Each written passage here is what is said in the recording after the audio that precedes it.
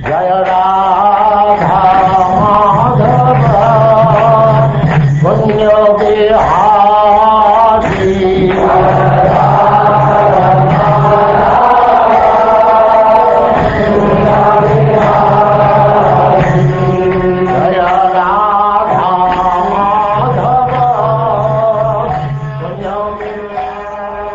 And now chapter 31, the Gopis' Songs of Separation.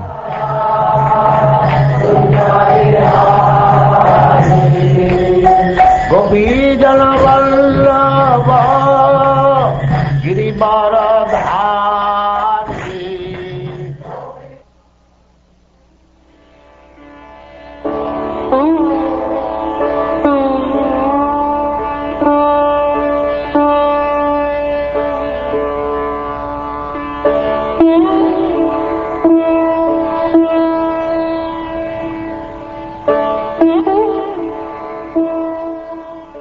The Gopis said, O beloved, your birth in the land of Braja has made it exceedingly glorious, and thus Indira, the goddess of fortune, always resides here. It is only for your sake that we, your devoted servants, maintain our lives. We have been searching everywhere for you, so please show yourself to us. O Lord of love, in beauty your glance excels the whirl of the finest, most perfectly formed lotus within the autumn pond. O bestower of benedictions, you are killing the maidservants who have given themselves to you freely without any price. Isn't this murder? O greatest of personalities, you have repeatedly saved us from all kinds of danger, from poisoned water, from the terrible man-eater Agha, from the great rains, from the wind demon, from the fiery thunderbolt of Indra, from the bull demon, and from the son of Mayadanava. You are not actually the son of the Gopi Yashoda, O friend, but rather the indwelling witness in the hearts of all embodied souls. Because Lord Brahma prayed for you to come and protect the universe, you have now appeared in the Satvata dynasty. O best of the Vrishnis, your lotus-like hand, which holds the hand of the goddess of fortune, grants fearlessness to those who approach your feet out of fear of material existence. O lover, please place that wish-fulfilling lotus hand on our heads. O you who destroy the suffering of Braja's people, O hero of all women, your smile shatters the false pride of your devotees. Please, dear friend, accept us as your maidservants and show us your beautiful lotus face. Your lotus feet destroy the past sins of all embodied souls who surrender to them. Those feet follow after the cows in the pastures and are the eternal abode of the goddess of fortune. Since you once put those feet on the hoods of the great serpent Kalya, please place them upon our breasts and tear away the lust in our hearts. O lotus-eyed one, your sweet voice and charming words, which attract the minds of the intelligent, are bewildering us more and more. Our dear hero, please revive your maidservants with the nectar of your lips. The nectar of your words and the descriptions of your activities are the life and soul of those suffering in this material world. These narrations, transmitted by learned sages, eradicate one's sinful reactions and bestow good fortune upon whoever hears them. These narrations are broadcast all over the world and are filled with spiritual power. Certainly those who spread the message of Godhead are most munificent.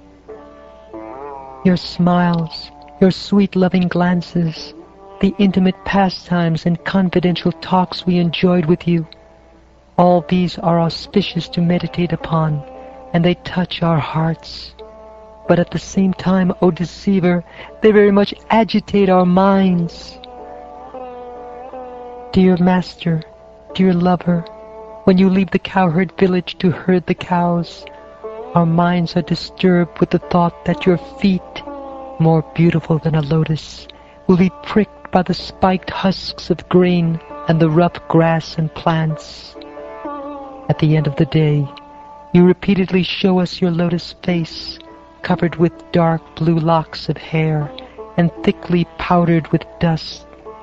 Thus, O hero, you arouse lusty desires in our minds. Your lotus feet, which are worshipped by Lord Brahma, fulfill the desires of all who bow down to them. They are the ornament of the earth. They give the highest satisfaction, and in times of danger they are the appropriate object of meditation. O lover, O destroyer of anxiety, please put those lotus feet upon our breasts. O hero, kindly distribute to us the nectar of your lips, which enhances conjugal pleasure and vanquishes grief.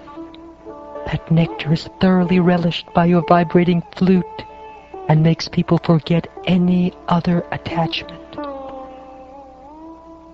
When you go off to the forest during the day, a tiny fraction of a second becomes like a millennium for us, because we cannot see you.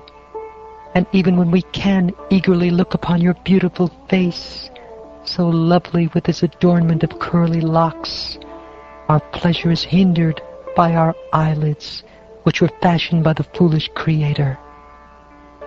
Dear Achyuta, you know very well why we have come here. Who but a cheater like you would abandon young women who come to see him in the middle of the night, enchanted by the loud song of his flute?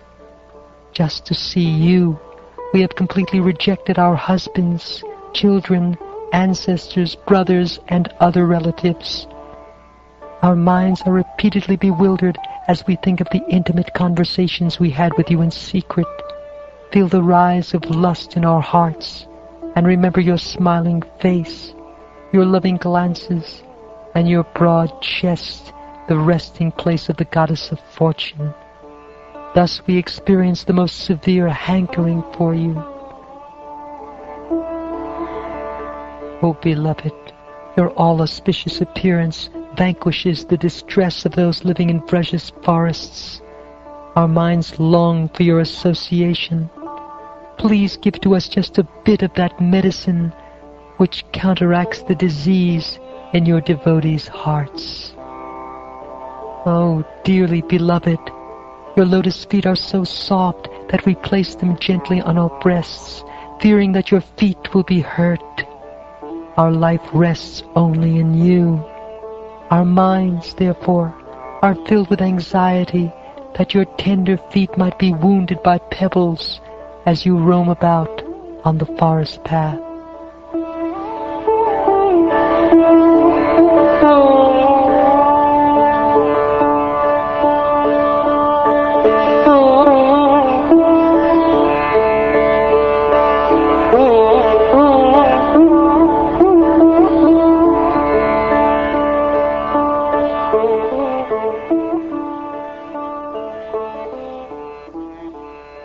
Thus ends the 31st chapter of the 10th canto of the Srimad Bhagavatam, entitled The Gopis Songs of Separation.